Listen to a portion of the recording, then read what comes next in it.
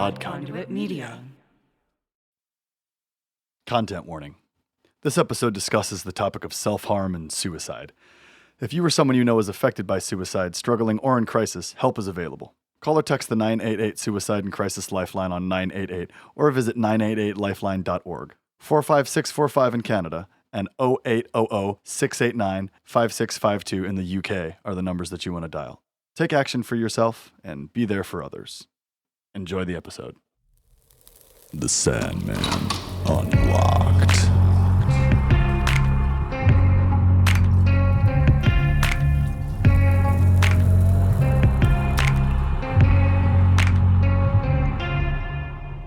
I am the anti-life, the beast of judgment. I am the dark at the end of everything, the end of universes, gods, worlds, of everything. Hello, dreamers, and welcome to another episode of The Sandman Unlocked. I'm one of your co-hosts, Ashley Mowers, and I am thrilled you're joining us for our breakdown of The Sandman Episode 4, A Hope in Hell. I'm joined by two shining beams of light, my resplendent co-hosts, Sean. What's up, everybody? And Ben. Hey, y'all. On each episode, we'll be deconstructing the issue in 6 separate sections. First will be the rundown, where we let you know who created the issue, and then the catch-up to be sure you know where we are in the story. Next, we'll do the breakdown, which will give you a synopsis of that week's issue, and we follow that up with the deep dive, when we really get into everything that happened. In our last 2 sections, we'll discuss our favorite panel and our favorite non-Morpheus character. So there you have it. 6 sections to get through, so let's get going. Ben, over to you for the rundown. This is issue 4, A Hope in Hell, which was originally published on March 2nd, 1989. It was written by Neil Gaiman, penciled by Sam Keith. The inker was Mike Dringenberg. Colorist was Robbie Bush. Letterer, Todd Klein. It had art editing by Art Young, and the overall editor was Karen Berger. Sean, what's the catch-up? Sweet Morpheus, the king of dreams, was caught by mortals like a newly fledged demon. During his 70-odd-year imprisonment, the powerful tools he uses to rule his kingdom, a pouch of sand, a helmet, and a ruby, were stolen from him and are now scattered across the waking world. After escaping his imprisonment and returning to the dream realm, Morpheus begins tracking down his tools, starting with a pouch of sand. With the help of the mystic John Constantine, Morpheus recovers his pouch of sand, which had been eating people and turning them into wallpaper in a London suburb. Emboldened by the power he recovered in his sand, Dream makes ready to seek out his next implement, the helm he carved from a dead god's bones, which had found its way into the hands of a demon. As we begin this issue, Dream makes ready to go to hell and recover what's his. Ashley, do you want to take us through the breakdown? All right. In this issue, we start with Dream touching sand for the first time since he's retrieved it, and he heads to the nightward shores of Dream to travel to hell and reclaim his helm. He expresses feeling both lonely and rather cynical about his chances of success before he departs.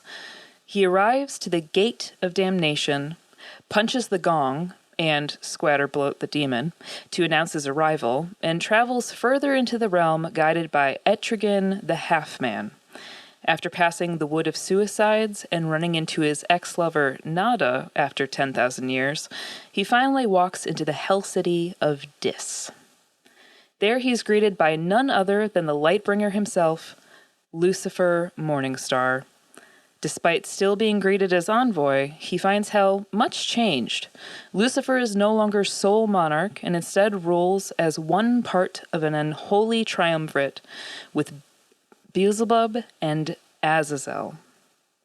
The 3 kings summon all the demons to the plains of hell, and despite the hordes, Dream locates the demon in question with a bit of dream sand.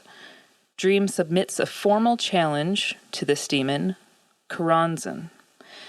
Being so challenged, Karanzan chooses reality as the battlefield, and they are transported to the Hellfire Club, a dingy-looking nightclub where both contenders play the oldest game, all while wearing zoot suits.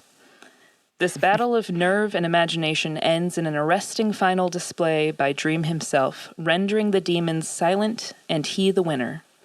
Despite this victory, Lucifer issues a threat, suggesting he doesn't have the power to leave the realm. Again, Dream humbly submits to the rhetorical gambit with his own innocent question. What power would hell have if those imprisoned were unable to dream of heaven? The crowd parts for his silent exit, his hopes fulfilled, and Lucifer's ambitions once again overcome, unsatisfied. In an epilogue, we find ourselves in Arkham Asylum, where a guard delivers news to John D. that his mother has died, and tosses him his only inheritance, a demonic protective amulet. Dr. Destiny thanks his mother, claiming it is just what he's always wanted. Thanks for that, Ashley. And seeing as how great of a time that Dream had in that club, I think we should go check it out ourselves. What do you say? Is there a cover? Ben and Ava had the perfect life Do you want me to drive? No, I'll be all right. I'm not due for another month. until they had a tragic accident. Now they're on a road trip to reconnect. It's been 5 months. They stop at a bed and breakfast owned by Martha and Dennis Newman. Oh, well, hello there. Dennis, we've got guests. Martha, where's supper? Who have no intentions of letting them leave. Did you hear that? Yeah, sounds like someone fell.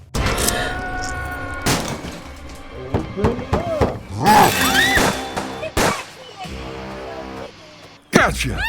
What do you want with us? Why are you doing this? This is about something much bigger. It's about family. You have to run! They're catching up! Stay the night. 11 episodes that will keep you on the edge of your seat.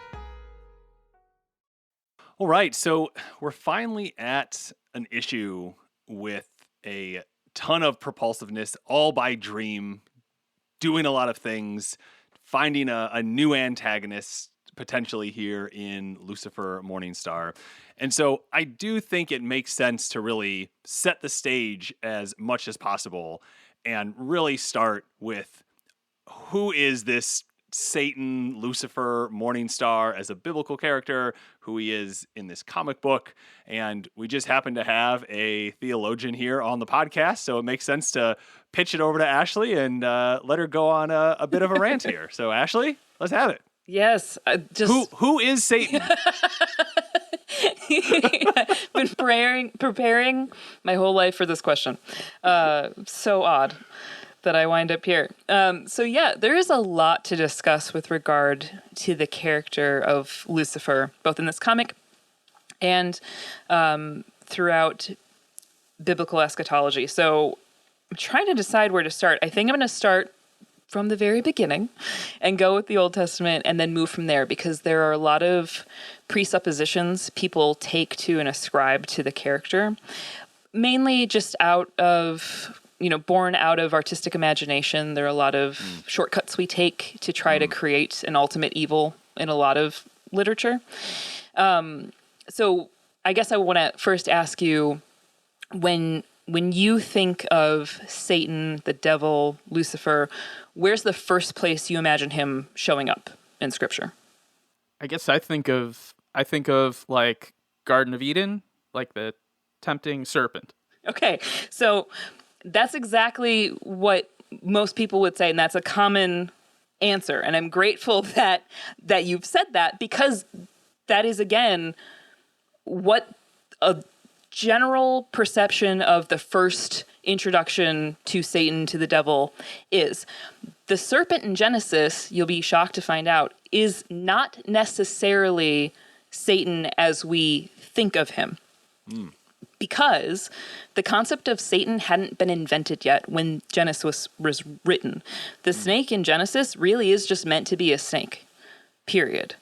There are a lot of different antagonists throughout the Old Testament, throughout Hebrew scripture, that come up that represent what is ultimately the big bad in the Old Testament, which is chaos. So you've got the serpent, who you can interpret as having been under some sort of bad influence, acting as a bad influence, and we can get into that with regard to how seraphim are translated within Isaiah, and that concept of the Hebrew seraph, which means fire, and snake, specifically in Isaiah. So you've got that context.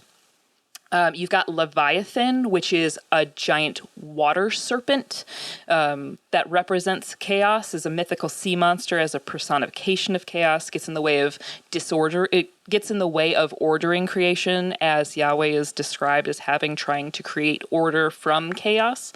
I knew Leviathan primarily through Final Fantasy games. As an Esper you can summon. Yes, exactly. So, like, very common imagery to have evil or chaos specifically be interpreted as a water snake or as a sea snake. You would see that in a lot of ancient creation myths. So they're adopting from that to help set the stage for humanity's relationship with God, God's relationship to creation, and ultimately trying to order the chaos itself. You don't get to Lucifer until you get to Isaiah 14, verse 12, which is relating to the Hebrew phrase Hallel ben Shachar. Hallel being an honorific noun, meaning shining one, and then ben Shachar meaning son of dawn. The reason we get the word Lucifer is because the Vulgate, which is a Latin translation of the Bible, translated Hallel ben Shachar to Lucifer, which means light bearer. So that's where you see that in the comic, light bringer, light bearer, that kind of imagery. Tradition had then equated Lucifer with Satan, but the author of Isaiah most likely wasn't thinking of the chief of demons in mind so much as he was specifically thinking in that context of the king of Babylon, Babylon being a political big bad in that context.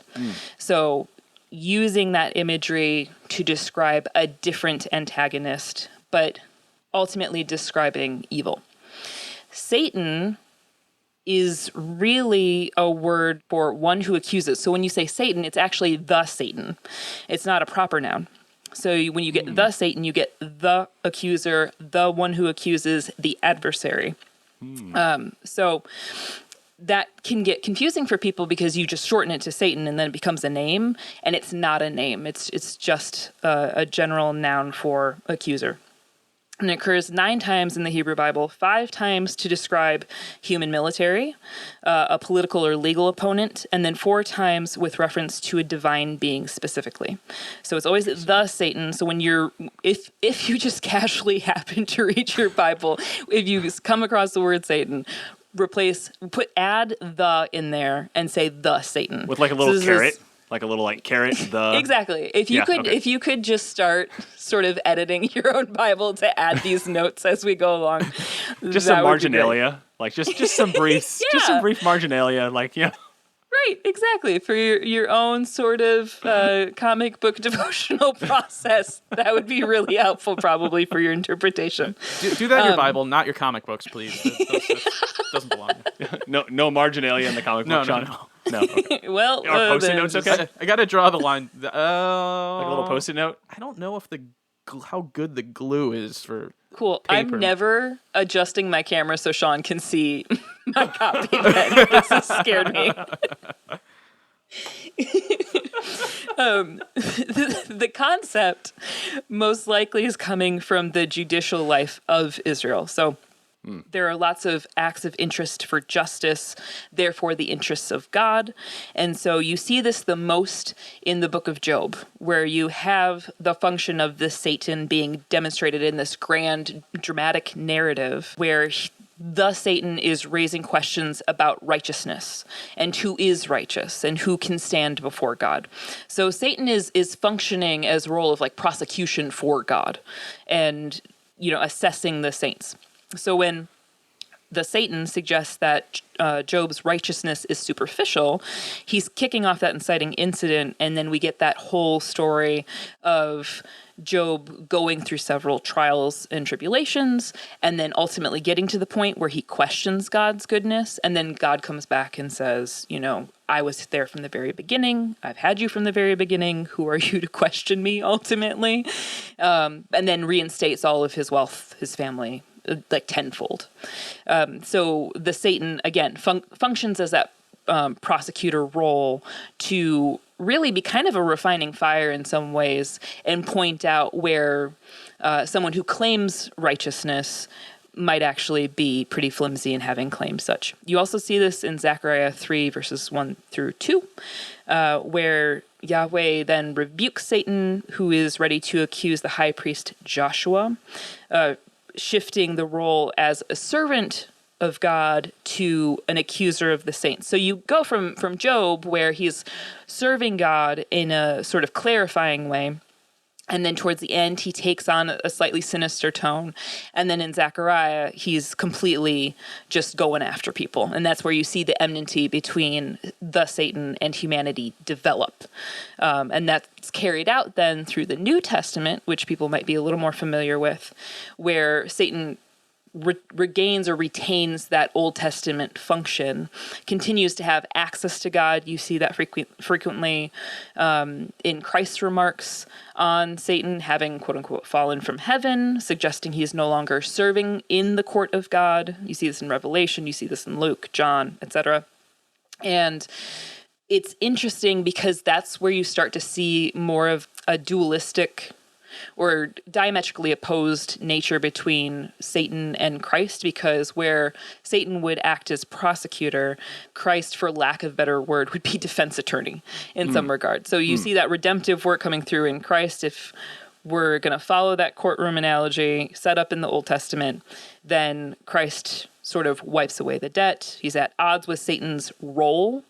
And then it's a reductive sort of dualistic battle sense. I'm sure we've all seen those really awful faux paintings in Christian bookshops where you've got the devil and Jesus boxing, or you see them like over a war, like a battlefield, and they're like clouds and it's ominous and kind of metal, but really ultimately very awful.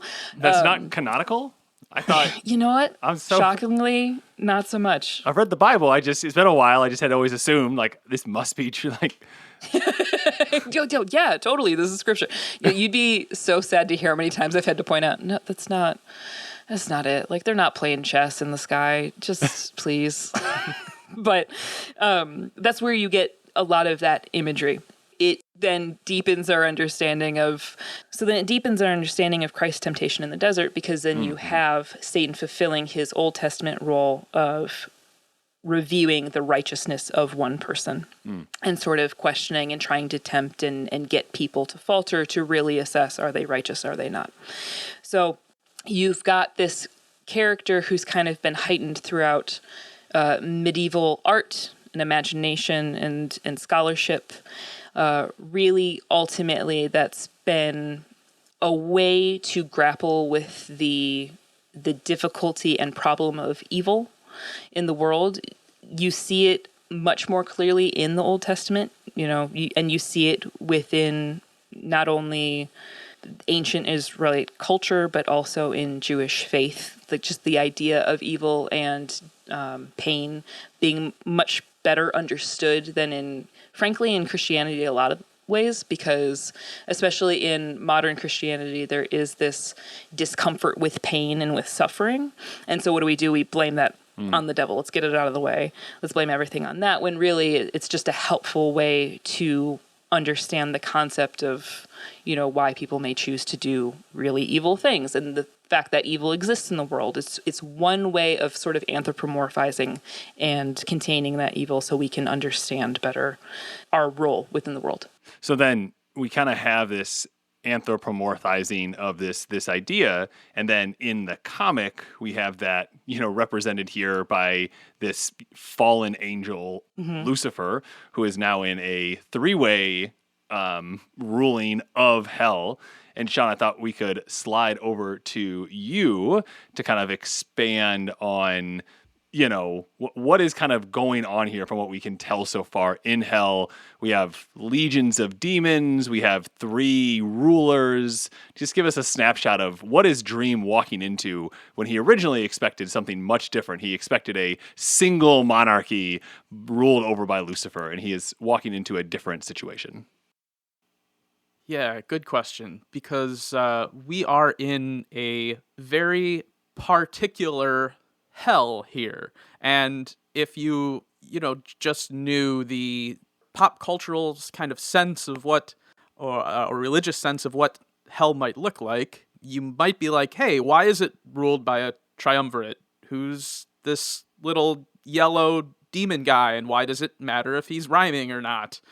So hopefully I can help out with that. Now, the short answer to the question of what's happening in hell in this comic is that preceding this book, in Alan Moore's Swamp Thing series, which we know is a big influence on Neil Gaiman's work in Sandman, there was this massive storyline where this entity called the Great Darkness is going to erase existence, basically, and all of this sort of mystical beings, many demons and devils included, in the DC universe kind of team up to take him on. But this results in a kind of chaos created in hell. Maybe a little ironic there based on what Ashley was saying. But Lucifer is then forced into this sort of power-sharing arrangement with 2 other devils to maintain stability. The thing to keep in mind here is that even though Neil Gaiman and Sam Keith and Mike Dringenberg are telling their own story, and it's a colossal narrative that shaped this fictional world for decades, at the time, these 20-something kids are very much playing in someone else's sandbox, right? This can't be entirely the hell of Neil Gaiman's imagination, and it can't be entirely the hell of religious doctrine. At this time, it has to be the same hell that exists in the world of Superman and Batman and The Flash and Swamp Thing. This is why it's important to remember that the Sandman is situated inside of the DC universe, even though it's on the Dark Horse comic publishing arm. Is that right? Vertigo. Oh, Vertigo. But Vertigo didn't exist at this time. Oh, okay. Yeah. I didn't realize that. Okay. Dark Horse is a separate publishing company. All right, we'll just cut all this then.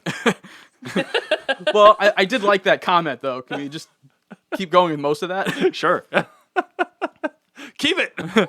No, I mean, I liked the setup there because it is important to keep in mind that the Sandman at this time takes place within this fictional DC comic book universe. And at the time, for DC, this is hugely important, maintaining the sense of what we call continuity, right? Here's why. So in the early days of American comic books, in the 30s and 40s, the people who were producing these books, they're barely older than kids themselves. They're working in these cramped, sweaty offices. They're banging away on typewriters as quickly as possible to make the most of their page rates. And what they're making is thought of as quick, cheap, disposable entertainment. So they're not thinking about any sort of internal consistency in the story they're telling, and they certainly aren't thinking about being consistent with the stories other people are telling. With each new story, the whole world would reset as though the previous story had never happened, and the characters could continue to encounter these novel adventures without these events ever being inscribed in their past or weighing on their future. There's a great essay on this sort of dreamlike reality of early superhero books by Umberto Eco called The Myth of Superman. So if you can track it down, it's worth reading. It'll be a link to it will be in the show notes. Yeah, but that all started to change when the next generation of comics creators come of age. Because for these people, these stories they read as kids mattered, right? They weren't forgettable. They happened to these characters, and they were a part of who they were. So if, Batman and Superman teamed up to fight the Joker, they will have always teamed up to fight the Joker, and it could be referenced in any future meetings they have. So this is the idea of universal continuity. which I'm quoting an article here, you could describe as the meta-narrative created out of the sum total of meetings, relationships, battles, births, deaths, and other twists of plot and characterization that have taken place within that universe. And by universe, I mean the particular publisher. Readers loved it, and publishers were able to generate brand loyalty, basically. It's a win-win.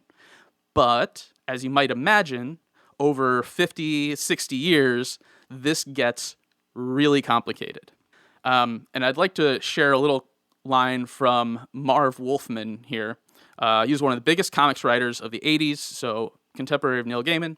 And he says, "The problem began when comics changed, when heroes teamed up with other heroes, when a touch of reality found its way onto the four-color pages. We strove to make our books seem more real by making our characters more realistic. Once you think in that direction, logic shifts somewhat. If Superman can meet Aquaman, there should be consistency between their worlds, because we've just shown that they exist on the same Earth. So that need for consistency meant that if you wanted to use a character in a book, you had to make sure that the look and behavior and personal history of that character matched what was being done in other appearances by that character. And if you wanted a character to be or do something that didn't fit with what was going on in their world at that time, then you better invent some kind of workaround. Like, actually, this isn't regular Wonder Woman, this is Earth 2 Wonder Woman, so it's okay if she does this thing she wouldn't normally do. But then, you had an established Earth 2 Wonder Woman whose continuity also needed to be internally consistent. And the reason I'm going through all this is that by the 1980s, the rules dictated by DC editorial and what readers understood to be true about the characters and the worlds they inhabited had become so complex and arcane that DC decided to wipe the slate completely clean. So they have this major comic event called Crisis on Infinite Earths by Marv Wolfman and George Perez, and they rewrite character history, clean up all the alternate Earths and timelines, and establish an official chronology, an official continuity for the DC universe. So this kind of retroactive continuity was viewed, as Wolfman says, as corrective history, so that if it's not restated, it didn't happen. Marv Wolfman says, starting in January 1986, we only use the past that was good, right? And of course, this never really works long term. Like, DC has rebooted their entire universe at least 3 times since then. But in the 80s, DC had this new, fresh, clean storytelling tapestry that they very much wanted to protect. So if Neil and company want to take the Sandman to hell, then it's going to be that same hell that is in Crisis on Infinite Earths and Alan Moore's Swamp Thing and Hellblazer, the hell that they establish as really and truly existing in the DC universe. And the interesting addition here is that, so you had Swamp Thing had this great darkness storyline, creates chaos and hell, doesn't really follow up with much details. Then in issue 12 of Hellblazer, there's an appearance by the twins, Agony and Ecstasy, who appear in this issue, and there's a reference to hell being ruled as a triumvirate. But you never hear any more about it or see what it actually looks like. So this issue is actually Neil Gaiman kind of yes-anding all of that and actually fleshing out what this infernal triumvirate looks like, which it ends up being the status quo for several years.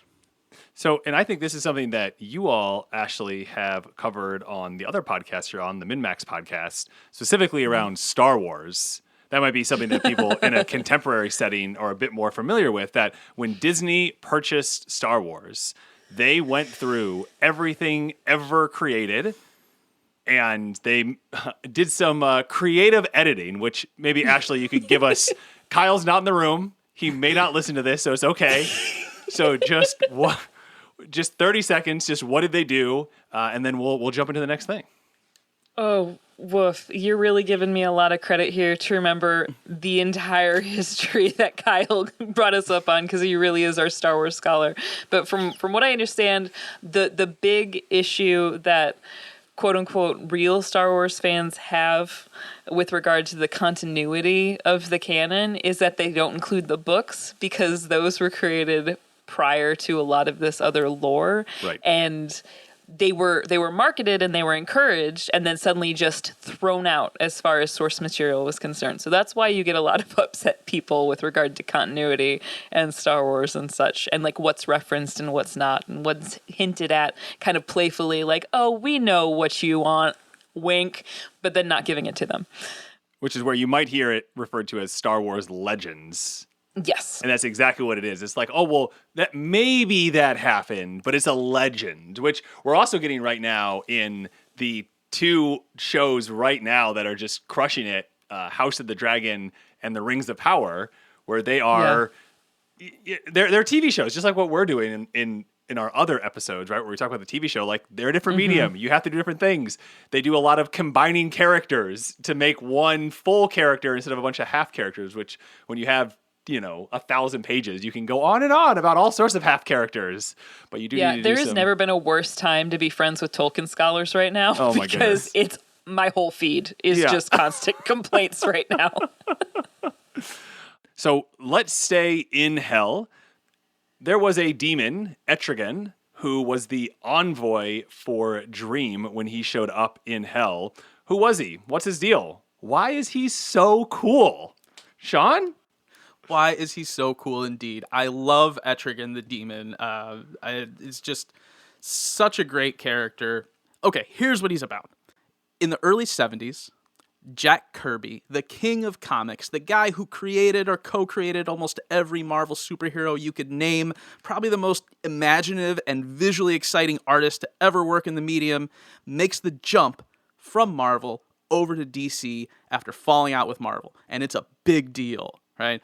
But Kirby, magnanimous fellow that he is, refuses to take over writing and drawing a book with a creative team already on it. He doesn't want to take work from anyone. So he takes books where the team is already leaving, like Superman's pal Jimmy Olsen, or he creates his own books, like The Demon. And this one intending to capitalize off the revitalization of horror books like House of Mystery, which we've already talked about. And of course, he does it in this amazing Kirby sort of way, just packed to the gills with these awesome ideas. And I actually have an original copy of the first issue around somewhere, the first issue of the Demon as a hand-me-down from my uncle. So the story, the Etrigan story, starts in King Arthur's Camelot, which is just awesome. Like, how do you start better than that? Where the wizard Merlin is trying to protect a mystical tome and keep it away from Morgane Le Fay. To do so, he calls up a demon, Etrigan, that he forces to do his bidding. But things go sideways, and Merlin traps Etrigan in the human form of Jason Blood, ready to be called into service again should the need arise. Now, Jason Blood lives for centuries, passing himself off as his own ancestor and living off his collection of antiquities, and working in the 20th century as a demonologist, which, it's a good thing he has all those antiquities, because I can't imagine that pays much. Of course, Le Fay returns, and Jason Blood is mystically guided to the incantation that will release the demon. Change, change, O form of man. Release the might from fleshy mire. Boil the blood in heart of fire. Gone, gone, the form of man. Rise the demon Etrigan. And I just love this story because there are so many places you could go with it, and with the character, along with a really strong supporting cast that Kirby introduced, and just such a cool character design that was actually inspired by a very early comics artist, Hal Forster, his Prince Valiant comic. The look of Etrigan, how it looks like he kind of has like duck feet sticking off the side of his head, Yeah. That actually, in the Hal Forster comic, those actually are duck feet. Prince Valiant, the character, needs to disguise himself. So he disguises himself as this monstrous figure by skinning a goose, I think, and kind of wrapping it around his face, and it looks like Etrigan's face, and that was Kirby's nod to one of his heroes when he created the character. And then, the rhyming, right? Because Dream comments on Etrigan rhyming and says, you're coming up in the world, right? So obviously the incantation that he uses like rhymes, and Etrigan does a little rhyming in those early issues, but not much. Like, mostly he just talks normally. And then, like often happens, Alan Moore gets a hold of the character. And so he just decides to start having the demon rhyme. And Moore goes further and actually makes it a signal of rank in hell.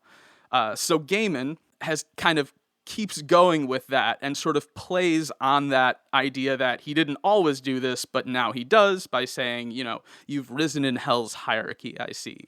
And that still goes on in DC Comics like 30 years later. Like they still, some demons will rhyme, the more important ones, the less important ones won't. It's a cool. That's incredible. Thing. And so that's who he is. And I suppose he's in this issue in particular just because he happens to be hanging out in hell. Right place, right time. Thanks for that, Sean. I had only been familiar with him because of Superman, the animated series. So having all this context, especially for all the rhyming demons, because I definitely didn't understand that at all, was really helpful. Yeah. I was thinking of a rhyme, which I did not know. So off to an ad break. Now we must go.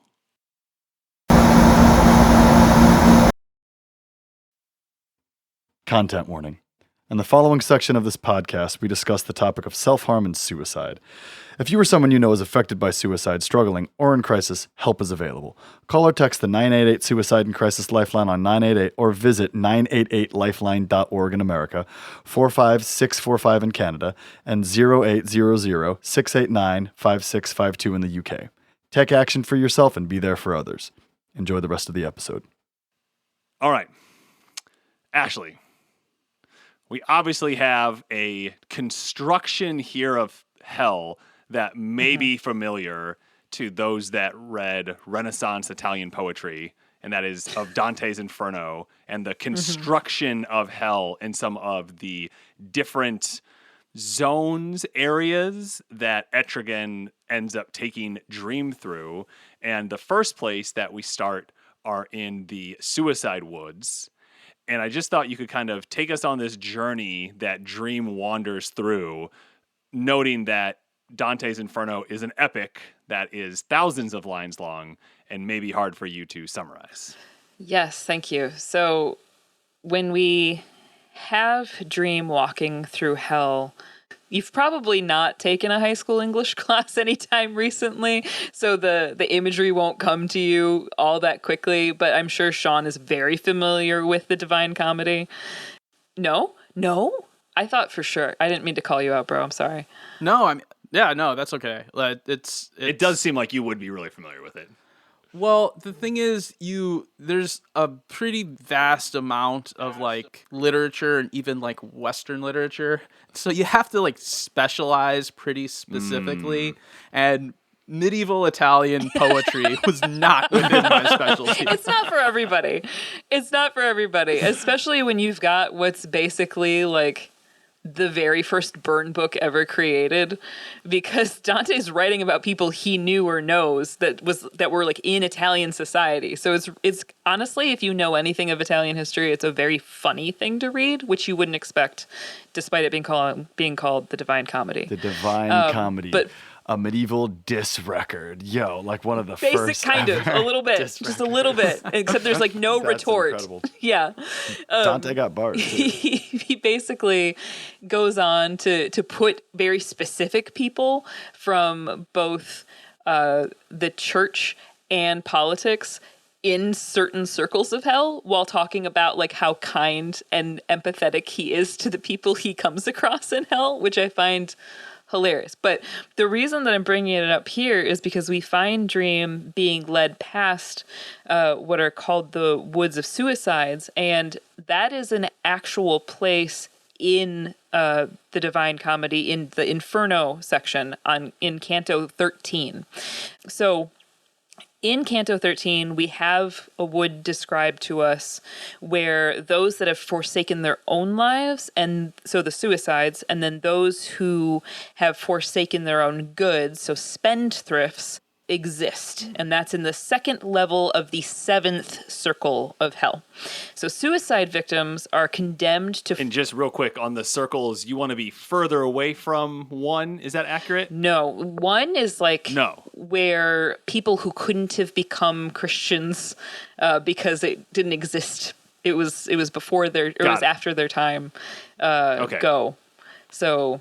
Got it. 2 is like people who don't give up their seat on the bus to like seniors and stuff like that. And then Okay. Got it. Well, and it's an interesting thing too, because the further you go in, once you reach the center, Lucifer's there, frozen in ice.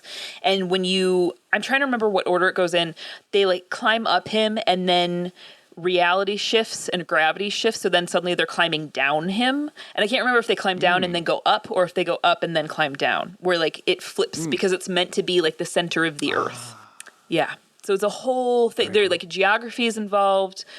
Italian philosophy and rhetoric is involved with regard to how, again, the created order is as far as logic. So the way people are punished is based on a lot of sort of rhetorical schemes that were set up in Renaissance Italy, and how we ranked someone's holiness based off of their ability to reason. So how rational they were was indicative of how holy they were. So you've got people who were given to lust and passion. So their punishment is to then be buffeted by winds the rest of eternity, because they could never consistently stick to one thing. So there are all these really poetic judgments in each circle based off of what sin they commit on Earth. So when you get to the 7th circle, suicide victims are condemned to forfeit their souls to trees with misshapen poisonous branches and black leaves. And then harpies nest in these trees, and while their original bodies can be found tangled in the branches of these trees, they can no longer use their bodies. And the only way that they can speak is if someone injures them by snapping off a branch, which then provokes them to bleed. The idea being that they ended their lives with violence, so now they're dependent on violence to communicate. So it's really dark. So is that why Dream snaps Yes. off that branch? Because I had Yes. no idea why that was. That's exactly why. That's exactly why. Yes. I was like, why does this happen? Like, there's a little sound effect that says snap and everything, and you see him do that, and it never follows up with anything in this one little corner of one panel. Yes. And I had no idea why that. Wow, that's so cool. Thank you. No, you're good. So they can only speak as long as their blood is flowing. So it's really dark. It's very depressing. So the way that the grove gets planted then in the Inferno is that once a soul is torn from their body, it's sent by Minos to the 7th circle, where it then falls to the ground, sprouts, and grows. Then the harpies eat its leaves and then creates all the pain. And it's said then that the spirits will all be called to the last judgment and will reclaim their mortal bodies that they've forsaken. They will never regain their immortal souls that they took from themselves, and will still remain forever trapped in the woods themselves. So when you see Dream, as Sean was mentioning, come to the woods, you see him snap off a branch, which I always thought was really petty. Just like, why is he messing with trees? They don't even have any woods or leaves. Leave them alone. I was just like, yeah, Neil Gaiman really is like stressing that he's at this point in time, right?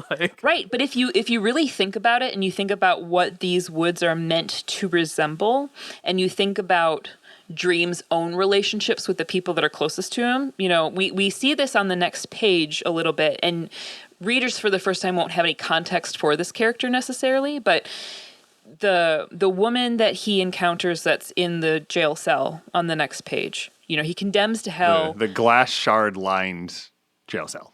Yeah.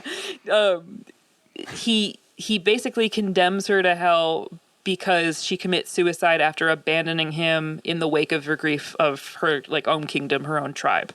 So he's ticked off about that. And he's also got an estranged relationship with his own son, Orpheus, who tried to end his own life after grieving the loss of his wife, Eurydice. So he has a very tense relationship with people who succumb to suicide. So the idea that he is kind of aggressive and aloof with these woods doesn't shock me if you really assess his character. This is something that's stuck in his craw. which I think then understanding both Dream as a character and how the Woods of Suicides functions within literature, it really helps flesh it out for you. It's so dark. It's so very sad. But that's the context. What is interesting is in the comic book, the trees don't appear to bleed when they speak. They just seem to speak on their own. So that is a little bit of a change. For example, they pass one that is ahead of them, ahead of the one that he snaps the branch off of, that starts describing their suicide without any sort of provocation. You also see when they've zoomed out of the woods, they see the whole wood just saying hurting, hurting, hurting, and it's a bunch of trees saying that, which is really arresting. And there are no harpies shown living in this grove. So there are some differences. I think the thing that's probably the most arresting in this series of panels is the tree that is speaking, that says, hurting, hurting, I thought the hurting would stop. That's just such a difficult panel to read if you ever struggle with suicidal ideation or if you've ever struggled with depression. That is a really difficult panel, speaking personally, to read as somebody who has both known people who have died by suicide and has wrestled with it myself. So proceed with caution. Frankly, I say this very gently. If this is something you struggle with, this might be one that you want to pace yourself on, because it's a very vivid picture that they've painted here. And it is referencing literature, but man, literature can be a real bore sometimes. And I mean that in like a heavy, hard way, not in a snorefest way. Thanks, Ashley, for that. It's always a good reminder that while literature has a lot to offer us, it can be very heady and can be very difficult to work through sometimes. All right, so one of the things, Sean, that you had just mentioned during Ashley's talk about Dante's Inferno and the Divine Comedy was that snap. And I can't help but notice that there was a lot of really wonderful penciling work happening here in this particular issue. And I'm just wondering if you could maybe tell us a bit about what the penciler does, because I don't think that's something that we specifically talked about. And who is Sam Keith? And why have you started the Sam Keith Appreciation Club as its very first and founding member?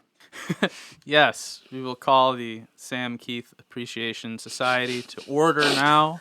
Second. Motion carries. Okay, so yeah, Sam Keith is the penciler on these first 5 issues, which means he's the one getting the script from the writer, and depending on how, the script is written, he's either closely following those instructions or deciding based on the story how to break down these beats in the script into discrete panels on the page. So he's typically doing the breakdown, the layout of panels on the page, and then creating those initial drawings in pencil. Later on, the inker will come and ink over that and flesh that out and give it sort of depth and shading and things like that.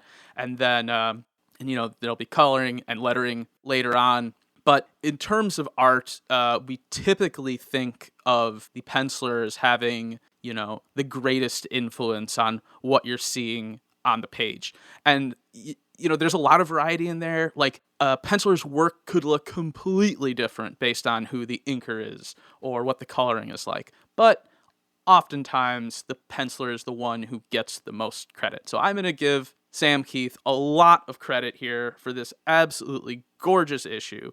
There is so much detail and so much imagination and so much weirdness packed into every page. It's really no wonder I read this issue over and over as a kid. And when it comes to like we're not at the finding our favorite panel point yet, but that's going to be tough because you could find a nominee on just about every single page in this book, Absolutely. Absolutely. Dream on the Pier, The Gates of Hell, Lucifer's Castle, Lucifer himself, that splash page that are on page 12 and 13 if you have a numbered version. It's the only double page splash in the issue. If you don't have a numbered version, you'll know what I mean. You must know what I mean. The Hellfire Club, Morpheus in his little fedora. It's just such a rich and amazing issue. And so Sam Keith himself. And I want to say that I'm in the last section where I talked about the demon, I was indebted where I talked about the origin of his design to a really great comics journalist named Brian Cronin, who writes for Comic Book Resources. And in this section, talking about Sam Keith, I am indebted to a really great video by the YouTube channel Comic Tropes. Chris, the guy there, did a whole career retrospective thing on Sam Keith. If you're interested in his work from this, I recommend you check it out. It's really great. So Sam Keith, he's a little bit of an odd man out here. He's an American, as opposed to Neil Gaiman and a lot of these hot young comic creators who are coming in right now. He's an American, and he got into the business when he met a writer named William Mesner Loebs at, I think, San Diego Comic-Con. So they became friends, and Sam Keith was later invited to do backup art on a creator-owned series that Mesner Loebs had. So based on that, in 1983, Mesner Loebs recommends Keith as an illustrator for some work from the Comico publishing company, including as an inker on Matt Wagner's Mage series. Matt Wagner, also just awesome comics creator, writer, and artist. And as a quick side note, Wagner's long-running series Grendel is also being adapted by Netflix right now. Grendel is absolutely, I think, ultimately as impressive as Sandman, but it's very, very different. Sandman comes off as being this total and complete, vision of a work. Like it feels like Neil Gaiman knew exactly where this is ending from the second you open the first page, pretty much. Whereas Grendel develops very slowly over the course of years, and you can it's very cool to see that kind of work develop. But that's a little side note there. So Matt Wagner, already in the 80s, gaining a lot of acclaim, and so Sam Keith inking his work is pretty impressive. It gets some attention, and he starts getting a bit more work. Now, Sam Keith's distinctive style and artistic interests, they haven't really developed at this point where he's working on Sandman. He's very early in his career here, and it's been pretty tough for him to break in the business overall. So, at one point, he gets a chance to ink another DC book. I think this is in maybe mid-80s somewhere. He gets a chance to ink a DC book written by a legendary comic book writer, Roy Thomas. Roy Thomas hates his inks and actually says to him, according to Sam Keith, "Kid, you're bad. You'll never work in comics again. No. Quit while you're behind." Wow. Yeah. So this is the guy. This is the guy who took over the Avengers from Stan Lee. This guy's big in the comics world and has been for decades. And this guy just tells Sam Keith, "You're crap." Now, luckily, he was very, very wrong, and Sam Keith didn't listen to him. In fact, he says, looking back on it, the success he's had is built on all these little failures. He says, everything I've done is built on all these bad anatomied bodies I've drawn and all these bad stories I've tried to write. I mean, you stick around 15 to 20 years and you get an awful lot of failures that you can climb on top of, which I thought was a nice way to look at it. By 1987, he gets a job illustrating a series called, you ready for this? Adolescent Radioactive Black Belt Hamsters. Oh my goodness. It was the 80s, Is that just a total ripoff of Teenage Mutant Ninja Turtles? That's what I was thinking. Yes. Which was itself intended as a ripoff of Frank Miller's work on Daredevil. So we're really getting far from the source here. Oh my gosh. Derivation of derivations of derivations. Yeah. But hey, it was on this book that Sam met a fella named Mike Dringenberg, who he would later invite to work with him on Sandman. So if it weren't for this Teenage Mutant Ninja Turtles ripoff, we might have never gotten Dringenberg on Sandman. We might have never gotten his sort of sexier version of Morpheus. And most importantly, we might never have gotten that iconic design of Death. All because of adolescent radioactive black belt hamsters. Wow.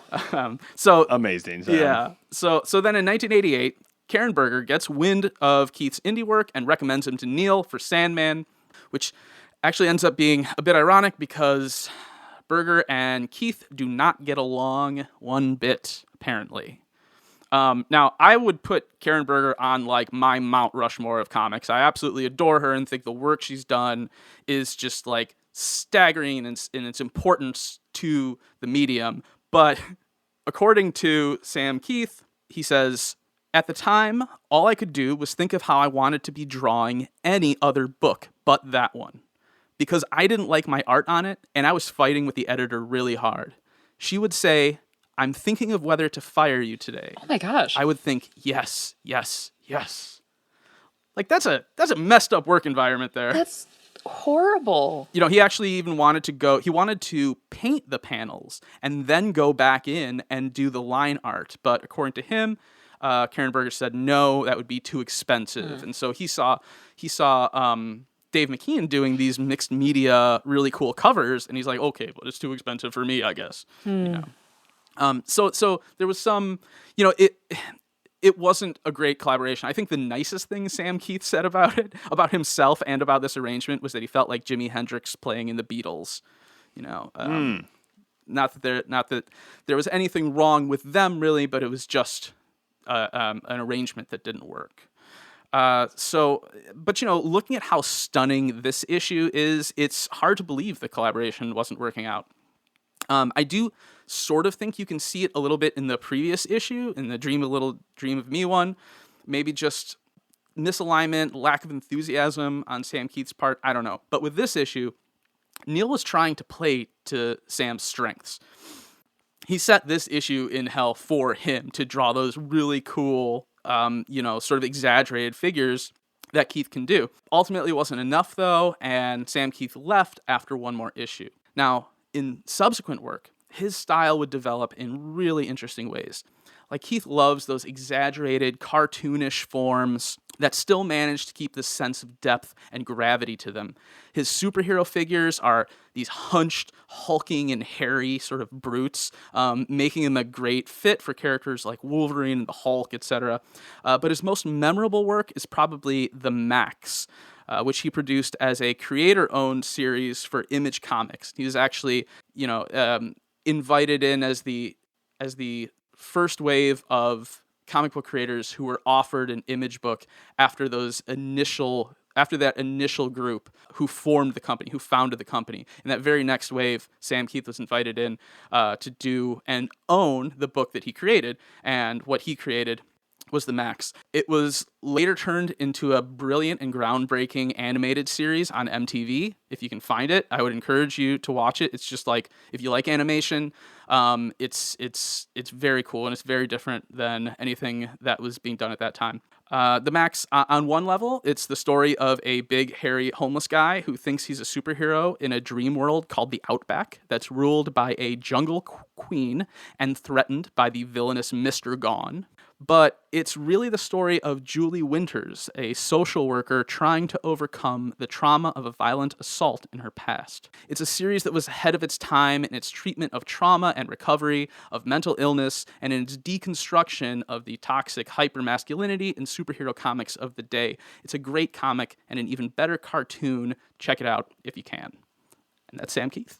So if you want to come join the Sam Keith Appreciation Club, you can hit up Sean on Twitter directly, or even better, hop into our Discord and come and chat all day about Sam Keith.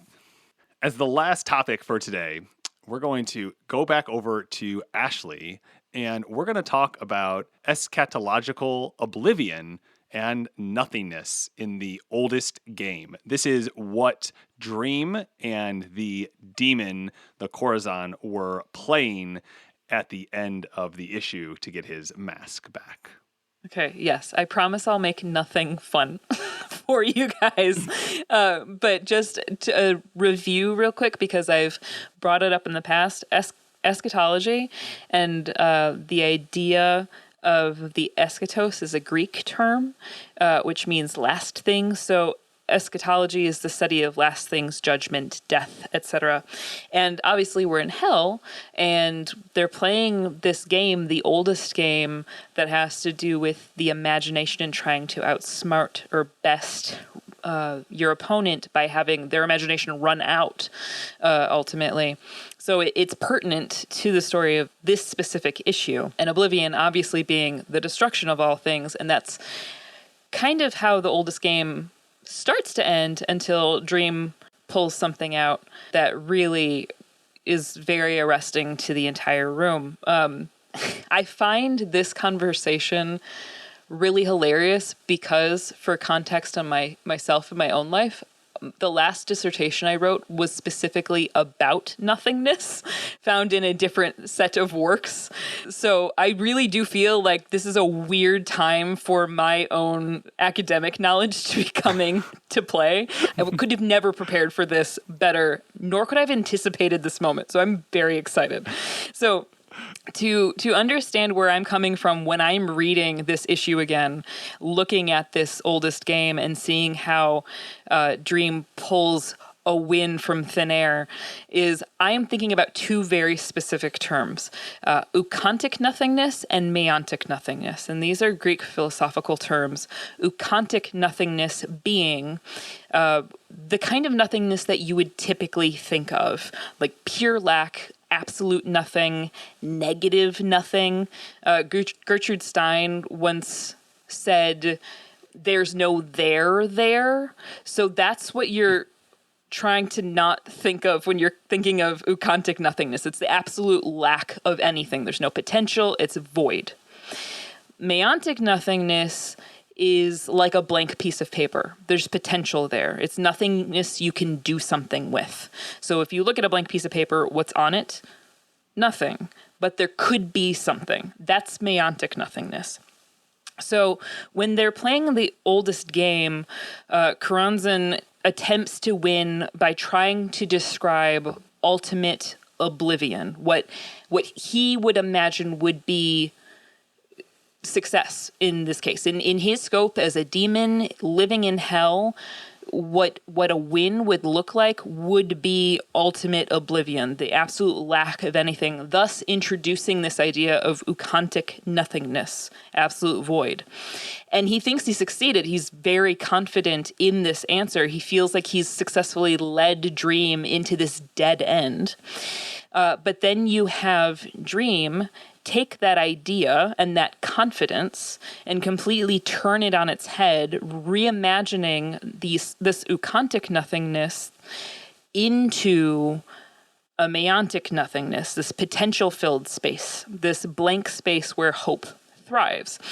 And I find that really fascinating, especially after our encounter with the Wood of Suicides, because you still kind of see Dream being this very sort of cynical, depressed, very lonely figure. And yet I feel like he realizes something as a character, that even in this depressed space where he's surrounded by enemies, that he really actually does have a purpose, and that his domain has power even in hell. And that's fascinating to me, reading this as a theologian, because you're taking the place that's supposed to squelch all hope, and create terror and reintroduce chaos and create torturous scenes for people, whether deserved or undeserved. We've seen a lot of undeserved torture in this issue.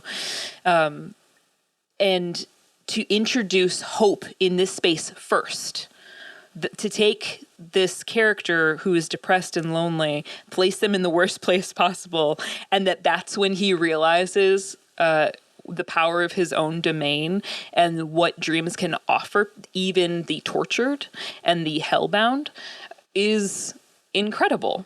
And I just love that that's where that takes place, that he can take something like absolute negative nothing, and that's the inspiration for hope, and that's where that's born, and that's ultimately what wins the game. So to be able to push that to the brink and create this really beautiful scene that even we'll get to panels, but there's a panel where even Lucifer starts to take notice when Dream has changed his tactic, almost like he's realized what's about to happen. I just love how that develops panel after panel. It's really, really well done. And I think it also helps bring readers, whether they're familiar with Christian theology or they're not, into this conversation with theodicy. Theodicies are explanations as to how divine goodness can cohabitate with the existence of evil. So, for example, how does a good God let bad things happen? I feel like that sort of tiptoes on the edge of that question in a really beautiful way without getting preachy, because we all require hope to exist and to persevere, just like Sam Keith. Astounding to me his perseverance in the face of being told that he's terrible. That is something I aspire to, that level of tenacity. And yeah, really. You know, and so to see imagination play out in that way in this fictional scene, again, is something that I just read over and over and over again, and I'm so inspired by. I mean, this is the first comic book that has ever managed to make me cry. I remember the first time I read it, I was just sitting there sobbing because of this issue and because of this scene, the fact that he's able to pull something so very clever and frankly very kind, I think, in a world that's supposed to be a horror comic. I think is just absolutely brilliant. So I geek out about this issue in particular just because of its composition and its ultimate result. And even despite this lesson, Lucifer still attempts to snare Dream, only to realize that he has actually created this space for hopes and dreams to thrive. So despite being thrown out of heaven for the audacity of wanting to rule more and have ultimate power, and then tries to create his own realm in some regard, he's really not created anything new because he's still allowing ultimate hope to survive even in his own space. And he can't, the most important part is that he can't control that. And so he's once again thwarted by another existing authority figure in his life that he can't overcome.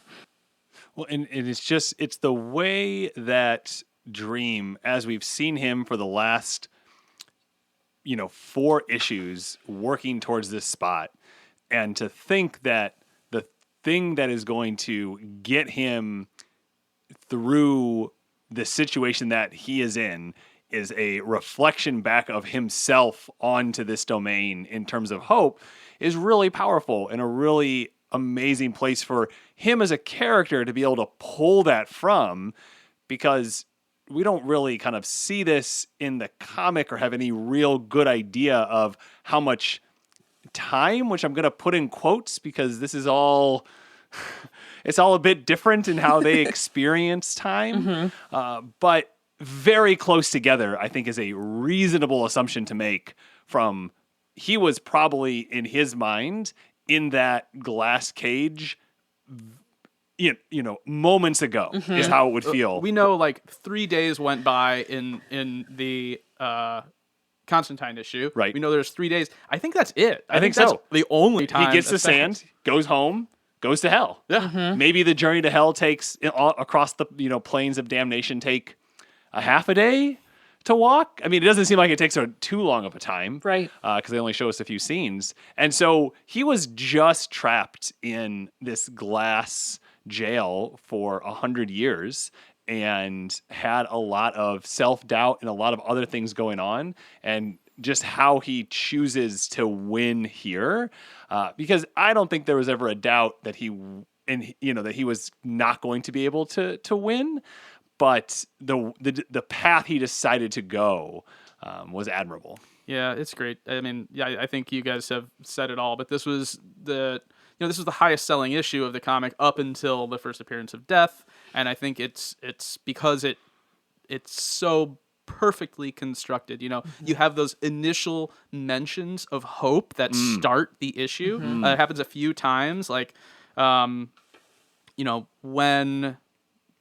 Dream is on the pier, when he's coming down in front of the gates of hell, and then when he runs into Nada, it's mentioned again. I hoped one day you would come to me, free me, my love, please. Right, And that introduces another sort of bittersweet layer there, too.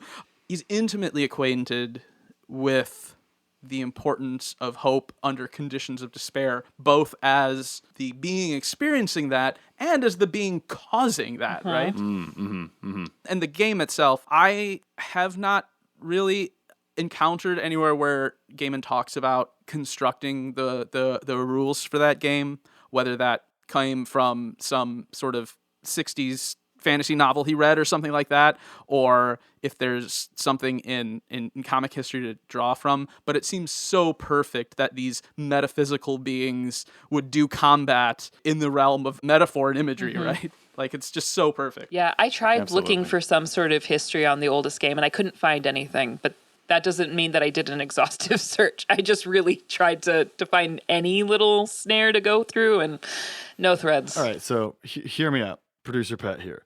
So we have the first diss album, right? The medieval diss album. And now we have people on stage trading metaphors to try to corner each other. This sounds a lot like a rap battle taking place in hell, right? Am I wrong? Yeah, I mean, Totally. That makes me really anxious, though, because if that's what happens in the TV show, I quit. Oh my God, they wouldn't do that with it. No, Teen Witch. We'll find some out. terrible like Tom 80s. Sturz pulls his hoodie up. He's like Knees weak, palms are sweaty. No. getting all mom spaghetti about it.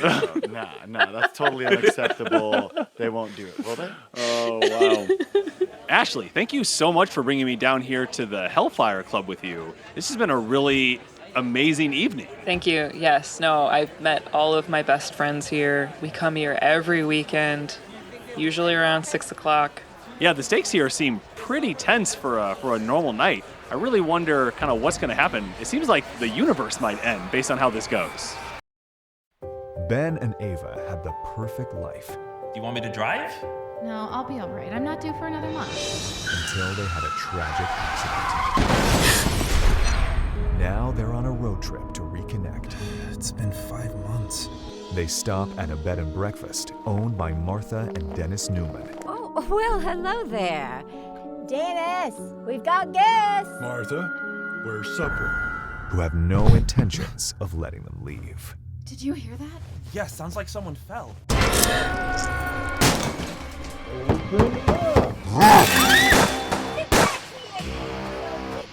Gotcha! What do you want with us? Why are you doing this? This is about something much bigger. It's about family. You have to run! They're catching up! Stay the night. 11 episodes that will keep you on the edge of your seat. Wow, what a discussion. Thank you so much, Ashley and Sean, for that true deep dive into this particular issue. But we need to jump in. We need to give the fans what they want, which are your favorite panels and favorite non-Morpheus characters. So, Sean, let's start with you. What's your favorite panel this week? Oh gosh, this is such a hard one. This is such a hard one. One might say it's torture. You can't say the whole issue. Yes. As much as I want to do that splash page, just do yourself a favor and take some time and look at it. Are you smuggling in a bonus panel when I said to go quick? I know. I think I have. Look at that splash page. Look at all the monsters and creatures and weird forms that are in there. You could do it all day. Okay. A classic smuggle. Yes. A classic Joanna Robinson smuggle. Let me go for my one. So when we first started talking about the series, I was talking about the way I initially encountered it, which was in a Wizard magazine special edition in 1994, right? And I remember very clearly that panel of the reveal of Lucifer, like the David Bowie Lucifer. Yes. This is totally David Bowie, right? Yeah. But the reveal of the David Bowie Lucifer being in there and it just like lighting off fireworks, like oh, that's such a cool idea. Because as a kid, I was just only familiar with that like red-faced, like big Old diabolical being. Yeah. Horns. So Old Scratch. right. So this So many names for Satan. So this angelic figure with the reptilian wings was just such a revelation to me, no pun intended, and one that I thought was really cool and just such a great reveal of how this story was going to do things differently. So that's my panel, sentimental favorite. Amazing. and you smuggled in the other one. And Ashley, over to you. What's your favorite panel this So week? I almost picked that same panel because it looked like a Pantene Pro V commercial, just like incredible sort of hair. And I envied that hair and I envied that jumpsuit. But I'm going to go to a different. That's the curly girl method. You just gotta just sign up for it. I'm actually going to jump to a different Lucifer panel. It's one I briefly mentioned during the oldest game, when it's after Dream says that he is the world, space floating, life nurturing, and then you just have one panel of Lucifer looking up from his drink, and the tension that creates within that scene, you almost feel the room's energy shift just from that one panel. So just the intensity of his stare, you know exactly the effect Dream's response had on the room. And Lucifer, I feel like, is realizing Dream is actually much stronger and much more clever than he really bargained for. And so I just love that one look could communicate all of that, and just it sends chills down my spine every time. So we'll do this snake draft style. So Mowers, you're up for your favorite non-Morpheus character. Okay, so normally I pick something serious, but this time, looking at that splash page, I'm going with something a little goofy. If you look towards the center, kind of to the left of the Shape of Water looking merman, there's a little blue worm guy being choked out by an octopus. Oh yeah, in a red cap with his little newsboy cap and right, sort of thing. So the little worm in the red baseball cap or newsboy's cap being clutched by an octopus. I love him and I want to save him because he looks a little out of context. He looks like if Richard Scarry's lowly worm had a younger brother. And that's all I could think when I was looking at him. Just like, I don't understand why he's in hell. He looks too innocent to be in hell. What could he have possibly done to be there in the first place? He doesn't look particularly threatening, so I don't think he's a demon, but he might be. Who knows? Who's to say? Maybe I'm underestimating him, but I'm just drawn to him every time. So is this going to be your new plushie, part of your new plushie collection? I think it might be part of my plushie collection. All right, Sean, take us home. All right, favorite non-Morpheus character. You know, as much as I love the demon, and especially how he's portrayed here, you know, he's like sort of amoral, like walking, you know, takes Dream to Lucifer, does what he's supposed to do, but sticks the knife in a little bit when he walks him by Nada, right? Like, Are you smuggling in I'm another one? I definitely am. Sean Smuggle. What are you doing? But I am going to make my choice, Karanzan.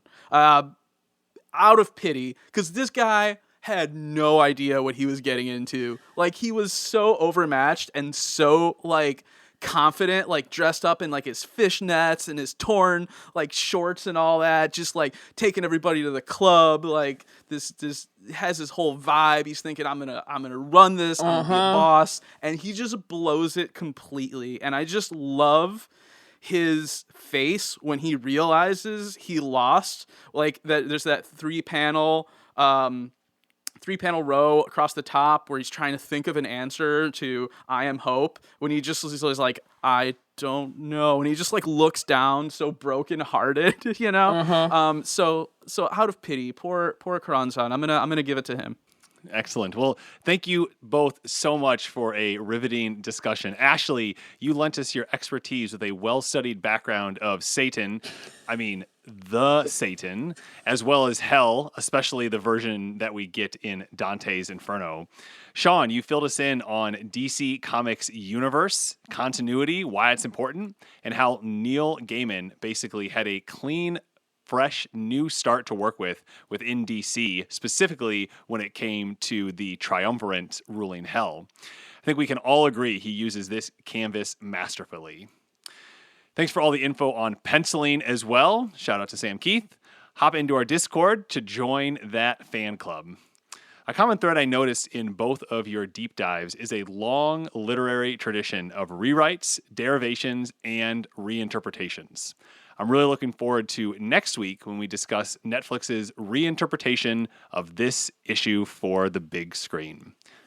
Thanks for listening to this episode of the Sandman Unlocked. And remember, never trust the storyteller. Only trust the story.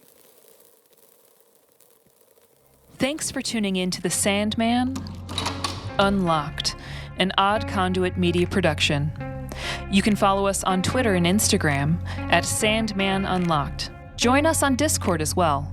Thanks to our show producer, Patrick Childers, and to Lieutenant Headtrip for our theme and incidental music. If you'd like to support us directly, head over to our Patreon. You can follow Ashley on Twitter at DEEDEE_K and on Instagram and TikTok at Ashley Mowers. Find Sean on Twitter at Lon Dogson and find Headtrip everywhere at LT Headtrip. You can get all of this info and more in the show notes. Make sure to follow and subscribe and review us wherever you listen. Until next time, and remember, never trust the storyteller, only trust the story. Thanks again for listening. On this episode, we discussed the topic of self-harm and suicide. Now, if you or someone you know is affected by suicide, struggling, or in crisis, help is available.